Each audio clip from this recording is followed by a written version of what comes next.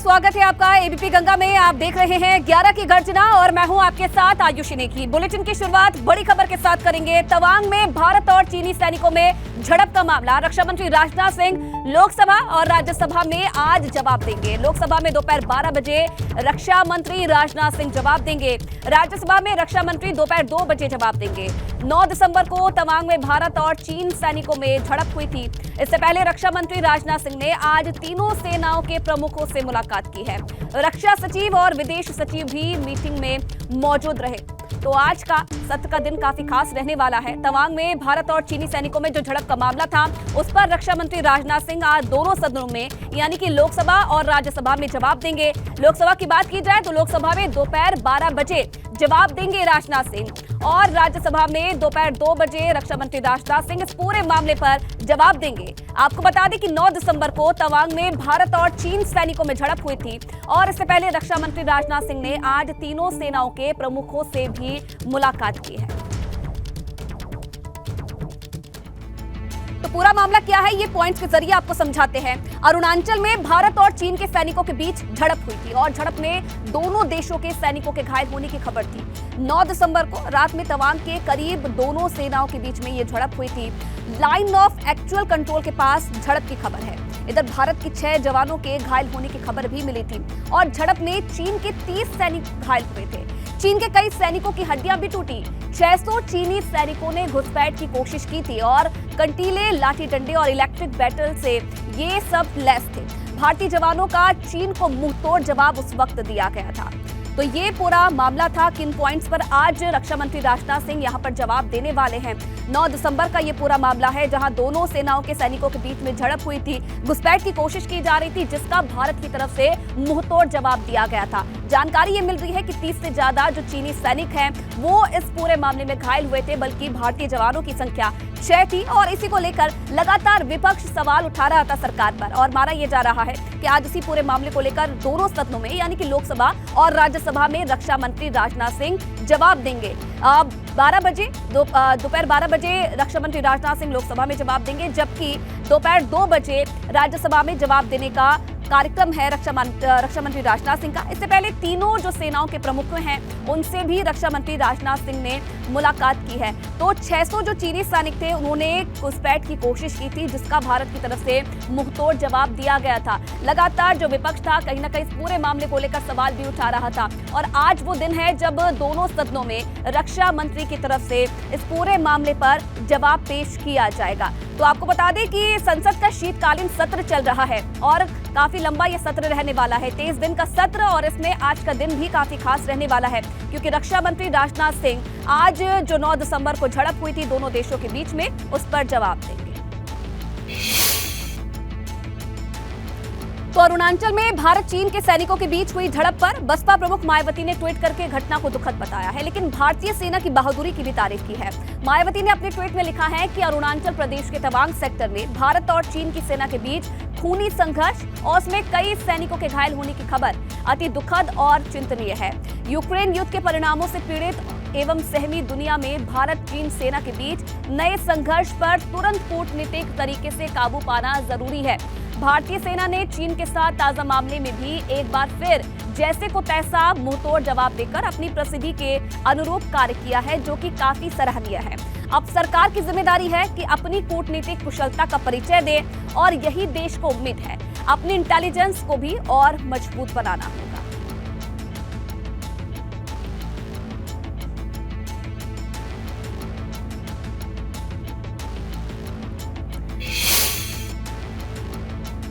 तो देखिए किस तरीके से जवाब देंगे रक्षा मंत्री राजनाथ सिंह और क्या कुछ होने वाला है इस दौरान सत्र में। ये ज्यादा जानकारी देने के लिए अविनाश तिवारी इस वक्त सीधा लाइव हमारे साथ दिल्ली से जुड़ रहे हैं। अविनाश, काफी खास रहने वाला है आज का दिन। 9 दिसंबर की जो घटना हुई थी चीन और भारत सैनिकों के बीच में, आज जवाब पेश करने वाले हैं रक्षा मंत्री राजनाथ सिंह। उस पर क्या और जानकारी है इस पूरे मामले को लेकर और विपक्ष की क्या तैयारी है, क्योंकि लगातार सवाल विपक्ष की तरफ से भी उठाए जा रहे थे इस मामले को लेकर सरकार पर। जी बिल्कुल, अगर बात करें तो 9 दिसंबर को जिस तरीके से चीनी सेना ने अरुणाचल प्रदेश के तवांग में करें तो यांगतसे इलाका है, तो वहाँ पे भारतीय सैनिकों की जो है चेक पोस्ट है, वहाँ पे अचानक से 300 चीनी सैनिक पहुंचे थे और भारतीय चेक पोस्ट को हटाने की कोशिश की। लेकिन जिस तरीके से भारतीय सेना ने वहाँ पे मुंहतोड़ जवाब दिया, उसके बाद चीनी सेना को पीछे वहाँ से हटना पड़ा। और जैसे ये घटना प्रकाश में है, उसके बाद जिस तरीके से संसद का शीतकालीन सत्र चल रहा है, आज कई विपक्षी सांसदों ने इस पर संसद में स्थगन प्रस्ताव दिया है और सरकार से जवाब की मांग की है, चर्चा की मांग की है। इसके बाद अगर बात करें तो आज सुबह ही रक्षा मंत्री राजनाथ सिंह ने सीडीएस अनिल चौहान के साथ बैठक की। इसके बाद तीनों सेना के प्रमुखों के साथ बैठक की। रक्षा सचिव भी मौजूद रहे, विदेश सचिव भी मौजूद रहे, उनसे पूरे घटना की जानकारी ली गई। और जो भारतीय जो प्रोटोकॉल है, इसके अलावा अगर बात करें तो भारतीय जो कूटनीति है, उसके अनुसार जो विदेश विभाग है उसने चीनी सेना को इत्तला किया है कि इस तरीके की घटना ना हो, इस तरीके की जो है कोशिश रहे। इसके बाद अगर बात करें तो खुद रक्षा मंत्री राजनाथ सिंह 12 बजे लोकसभा में तमाम सारे सांसदों को वहां पे जवाब देंगे कि किस तरीके से वहां पे घटना हुई, भारतीय सेना के क्या कुछ कदम रहे और सरकार इसमें आगे क्या कदम उठाने वाली है। और इसके बाद फिर 2 बजे वो राज्यसभा में भी जवाब देंगे कि सरकार इस पर क्या प्रयास कर रही है और किस तरीके की वहां पे घटना हुई और अभी वर्तमान में क्या हालात है। तो ये पूरी जानकारी आज लोकसभा और राज्यसभा में रक्षा मंत्री राजनाथ सिंह की ओर से दी जाएगी। लेकिन जिस तरीके से ये घटना प्रकाश में आई, उसके बाद पूरा विपक्ष जो है सरकार से जवाब मांगने के लिए आतुर हो गया और लगातार आज लोकसभा में भी और राज्यसभा में भी कई सांसदों ने स्थगन प्रस्ताव का नोटिस दिया है, कई सांसदों ने चर्चा की मांग भी की है और रक्षा मंत्री राजनाथ सिंह अब स्वयं इसमें जवाब देने जा रहे हैं। 12 बजे वो लोकसभा में सबसे पहले जवाब देंगे और फिर 2 बजे राज्यसभा में जवाब देंगे। चलिए, बिल्कुल अब देखने वाली बात है, क्योंकि विपक्ष भी नजर बनाए रखे हुए है इस पूरे मामले पर। क्या जवाब रक्षा मंत्री राजनाथ सिंह की तरफ से दिया जाता है, ये भी देखने वाली बात है। बहुत धन्यवाद अविनाश, आपका तमाम जानकारी देने के लिए। तो रक्षा मंत्री राजनाथ सिंह आज दोनों सदनों में जवाब देने वाले हैं और इंतजार है सबको इस पूरे पल का। चलिए आगे बढ़ेंगे। चित्रकूट में एबीपी गंगा की खबर का ये बड़ा असर देखने को मिला है। एबीपी गंगा की खबर पर डिप्टी सीएम ने संज्ञान लिया है और मामले में 2 फार्मासिस्ट तत्काल प्रभाव से निलंबित कर दिए गए हैं। एक नर्स और एक वार्ड बॉय को बर्खास्त किया गया है। एक्सपायर इंजेक्शन लगाने से 9 महीने की बच्ची की मौत हुई थी। ब्रजेश पाठक ने ट्वीट करके लिखा कि जिला चिकित्सालय चित्रकूट में गलत इंजेक्शन लगाने से एक बच्ची की मृत्यु के मामले में मेरे द्वारा दिए गए आदेशों के क्रम में सीएमओ चित्रकूट ने जांच के बाद दोषी 2 फार्मासिस्ट को तत्काल प्रभाव से निलंबित करते हुए एक नर्स और एक वार्ड बॉय को बर्खास्त कर दिया है। साथ ही एक चिकित्सक के खिलाफ अनुशासनिक कार्रवाई करते हुए उक्त मामले की विस्तृत जांच के लिए एक कमेटी का गठन भी किया है। तो इस पूरे मामले को प्रमुखता से एबीपी गंगा ने उठाया था और अब डिप्टी सीएम ब्रजेश पाठक ने इस पूरे मामले पर संज्ञान लिया है और क्या ट्वीट किया है उन्होंने इस पूरे मामले को लेकर, ये भी आपके सामने है। आपको बता दें कि 9 महीने की बच्ची की गलत इंजेक्शन लगाने से मौत हो गई थी, जिसके बाद लगातार कार्रवाई की बात परिजनों की तरफ से की जा रही थी अस्पताल पर और अब ये पूरी कार्रवाई की गई।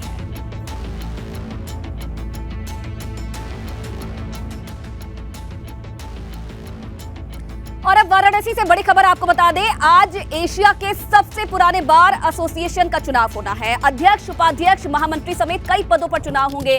5000 अधिवक्ता आज वोट डालेंगे। अध्यक्ष पद के लिए 9 लोगों की दावेदारी है। तो ये बड़ी खबर, आज एशिया के सबसे पुराने बार एसोसिएशन का चुनाव होना है, जिसमें अध्यक्ष, उपाध्यक्ष, महामंत्री समेत कई पदों पर चुनाव होगा।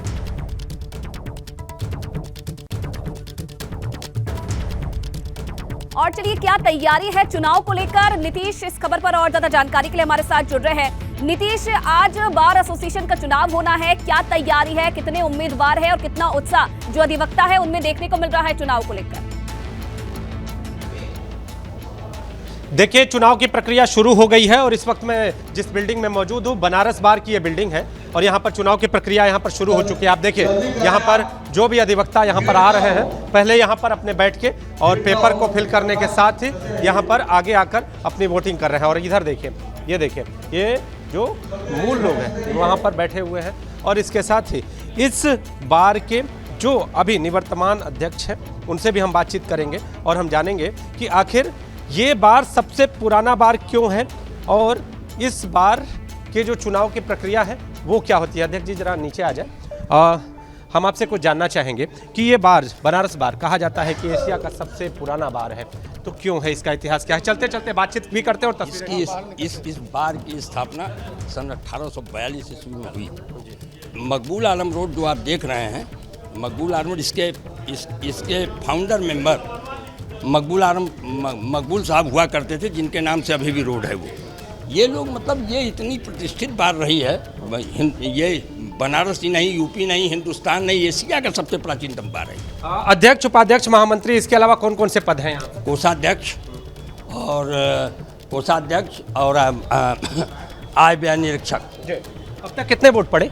अभी तक तो 315 के लगभग वोट पड़ चुके हैं। अभी वोट की स्थिति जो है थोड़ी धीमी चल रही है, थोड़ा लोग डेट वगैरह लेने में, क्योंकि अधिवक्ता बीच बीच में देखा आप कुछ अनाउंसमेंट भी करा रहे थे कि कुछ अधिवक्ता यूं ही घुस जा रहे हैं फोटो स्टेट दिखा के, तो उनके लिए संदेश क्या है? एबीपी गंगा अगर वो अधिवक्ता देख रहे हो तो वो जान ले कि यहाँ पर आने के नियम क्या है। केवल सीओपी से न, अगर सीओपी जिन अधिवक्ताओं के पास नहीं है सीओपी कार्ड, वो जो है सीओपी के ओरिजिनल सर्टिफिकेट के साथ ही अब मतदान कर सकते हैं। उनका हमारे लिस्ट में नाम होना चाहिए।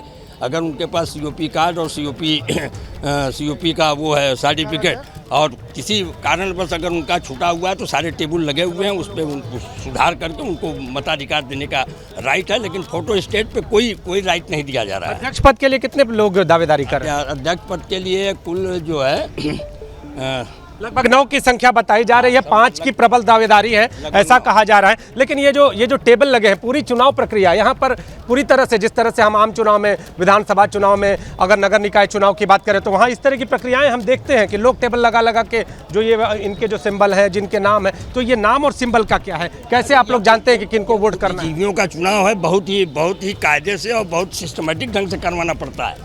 हमारे यहाँ इस समय 21 टेबल लगे हुए हैं, जहाँ से अधिवक्ता अपना जो है अपना आई कार्ड और वो दिखला करके उनसे जो है मत पत्र प्राप्त कर रहे हैं। ये सारे लोग देखिए, सारे लोग अधिवक्ता हैं, और अधिवक्ता के अलावा किसी की भी, क्योंकि इन लोगों को अनुभव है, हर साल ये लोग चुनाव ड्यूटी करते हैं। इन लोगों को पूरा का पूरा अनुभव है कि चुनाव को कैसे शांतिपूर्ण ढंग से संपन्न कराया। अध्यक्ष जी, खासतौर पे ये जो पेपर हम देख रहे हैं, ये बैलेट पेपर जैसी व्यवस्था, तो यहाँ पर क्या फोटो लगती है? कैसे प्रत्याशियों का जो ये पूरा पहचान होता है? जैसे अगर मैं अधिवक्ता होता और मुझे अगर वोट करना होता, फला प्रत्याशी को वोट डालना है, तो हम कैसे पहचान? चलिए, बिल्कुल नीतीश, तो दिखाया आपने कि कैसी तैयारी है इस चुनाव को लेकर, और वोटिंग फिलहाल चल रही है।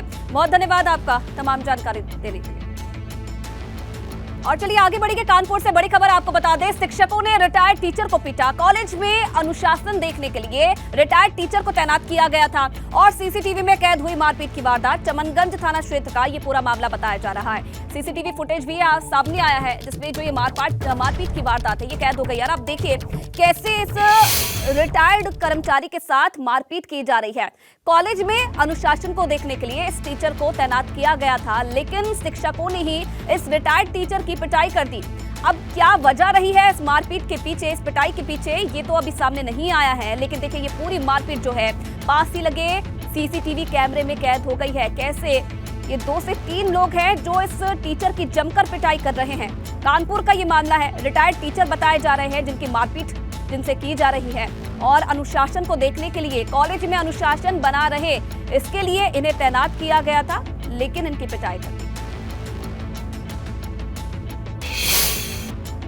बढ़ेंगे एक बड़ी खबर के साथ। बाहुबली मुख्तार अंसारी से जल्द पूछताछ। मनी लॉन्ड्रिंग मामले में पूछताछ की तैयारी कर रही है ईडी, और जल्द मुख्तार अंसारी से पूछताछ ईडी कर सकती है।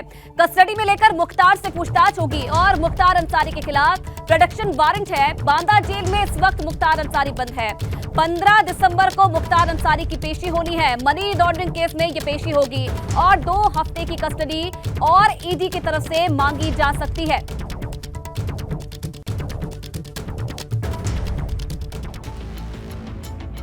क्या है पूरा मामला आपको बता दें। मनी लॉन्ड्रिंग के चक्रव्यूह में मुख्तार अंसारी है। बाहुबली मुख्तार अंसारी से जल्द ही पूछताछ हो सकती है।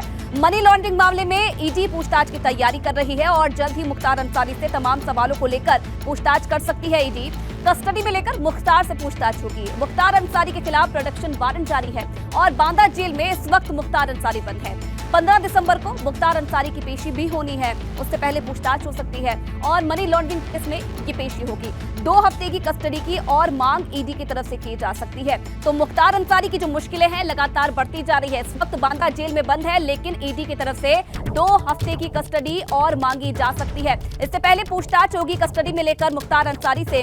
प्रोडक्शन वारंट जारी है मुख्तार अंसारी के खिलाफ, लेकिन जल्द ही ईडी पूछताछ भी कर सकती है।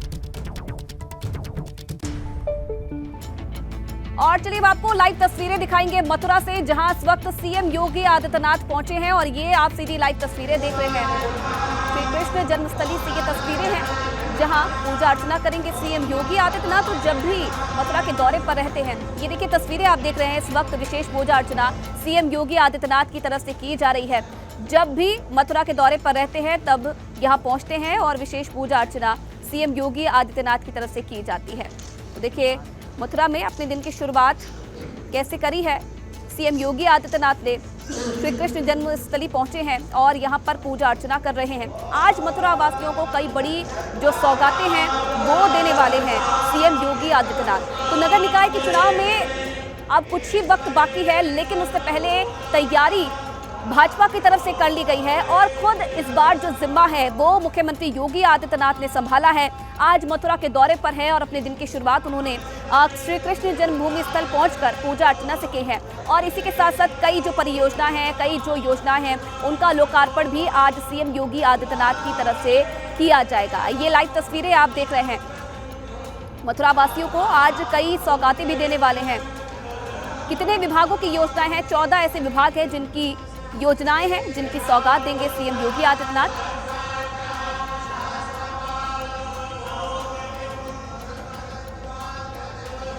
और ये सुबह की विशेष श्रृंगार आरती जो कि अपने आप में प्रसिद्ध है वो उस वक्त चल रही है और देखिए उसका हिस्सा बने हैं सीएम योगी आदित्यनाथ।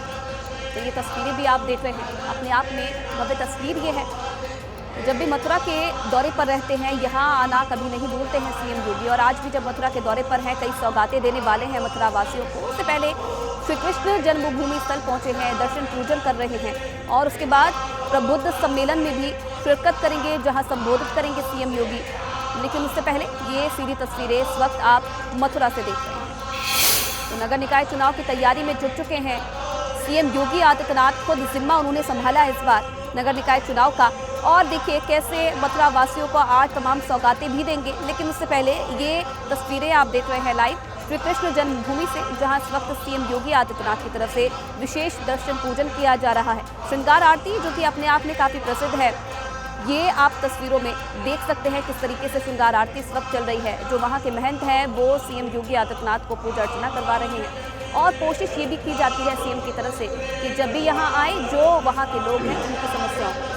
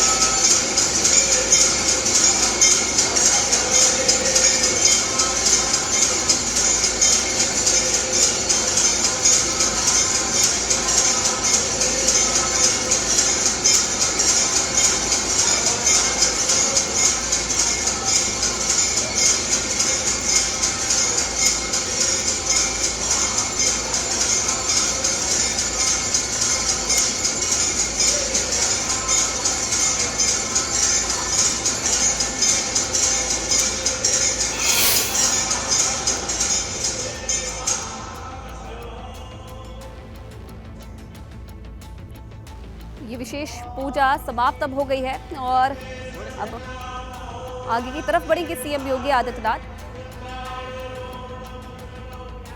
और तस्वीरें भी आप देख रहे हैं, विशेष साफा पहनाते हुए सीएम योगी आदित्यनाथ को इस मंदिर के महंत। और अब आगे बढ़ेंगे और कई जो कार्यक्रम हैं आज सीएम के मथुरा में होने हैं, जिनमें प्रबुद्ध सम्मेलन भी है क्योंकि निकाय चुनाव होना है और प्रबुद्ध सम्मेलन को यहाँ पर संबोधित करेंगे। उसके बाद अब जो आगे का सिलसिला है प्रचार प्रसार का निकाय चुनाव के लिए, उसकी भी शुरुआत हो जाएगी। जनसभाएं और रोड शो भी करेंगे सीएम योगी आदित्यनाथ। निकाय चुनाव के लिए आज से ही इसकी शुरुआत हो सकती है, ये जानकारी मिल रही है। लेकिन सबसे पहले मथुरा को कई जो सौगातें हैं, कई परियोजनाओं की सौगात है, वो सीएम की तरफ से दी जाएगी। कई जिलों में प्रबुद्ध सम्मेलन करने के बाद अब आज बारी है मथुरा की। और ये देखिए आप, सीएम योगी विशेष पूजन अर्चन करने के बाद अब मंदिर से बाहर निकलते हुए, और जब भी इस मंदिर में पहुंचते हैं सीएम योगी, आपने कई बार देखा होगा जो वहां के लोग हैं मंदिर में पहुंचते हैं और सीएम से मुलाकात करने की कोशिश करते हैं, अपनी समस्याओं को बताने की कोशिश करते हैं सीएम योगी आदित्यनाथ उन्हें भी।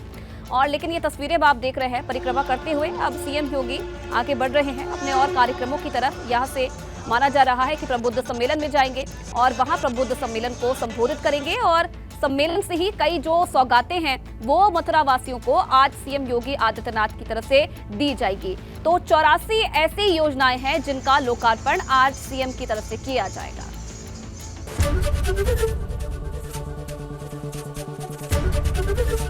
एबीपी गंगा, खबर आपकी, जुबान आपकी।